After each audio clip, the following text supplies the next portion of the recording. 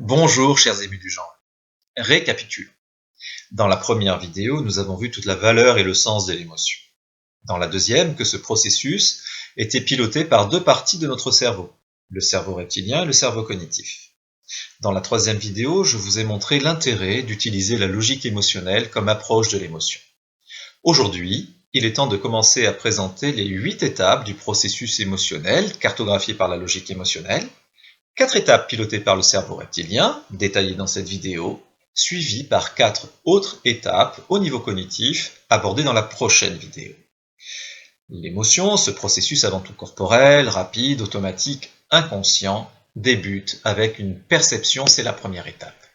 Nous percevons par l'intermédiaire de nos 5 sens tournés vers l'extérieur, la vue, l'ouïe, l'odorat, le goût, le toucher, et par des sens tournés vers l'intérieur tels que la proprioception. L'information perçue est traitée automatiquement par le cerveau reptilien qui la catalogue comme bonne ou pas bonne pour la survie. La perception va générer à l'intérieur de nous un effet sous la forme d'une sensation, c'est la deuxième étape. En fait, suite à une perception, notre corps résonne, R-E, avant que nous ne raisonnions R-A-I au niveau cognitif.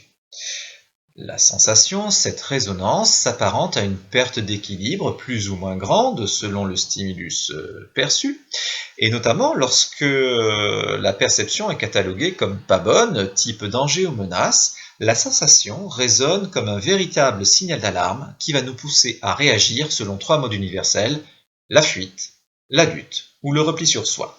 C'est la troisième étape, la réaction de défense.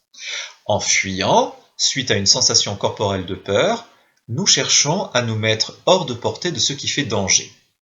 Si la fuite est empêchée ou ne fonctionne pas, le signal d'alarme se modifie et une sensation corporelle de colère nous pousse à nous redresser et à faire face. La lutte vise à vaincre ce qui fait menace.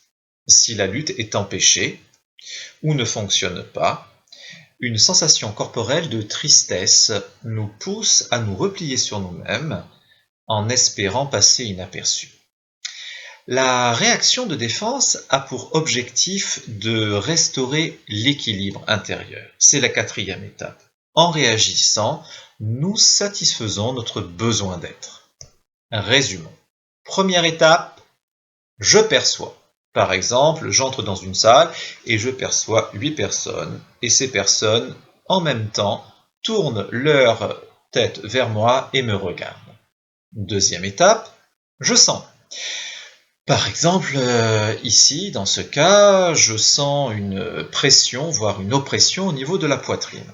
Troisième étape, je réagis.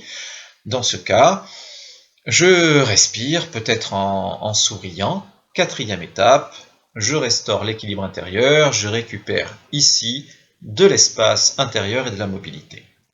Voilà, c'est terminé pour aujourd'hui, je vous dis à bientôt, et d'ici là, je ne peux que vous inviter à ralentir pour regarder comment cette émotion corporelle fonctionne et comment, grâce à notre cerveau reptilien qui bien veille sur nous, eh bien, nous arrivons à nous adapter à tout un tas de situations.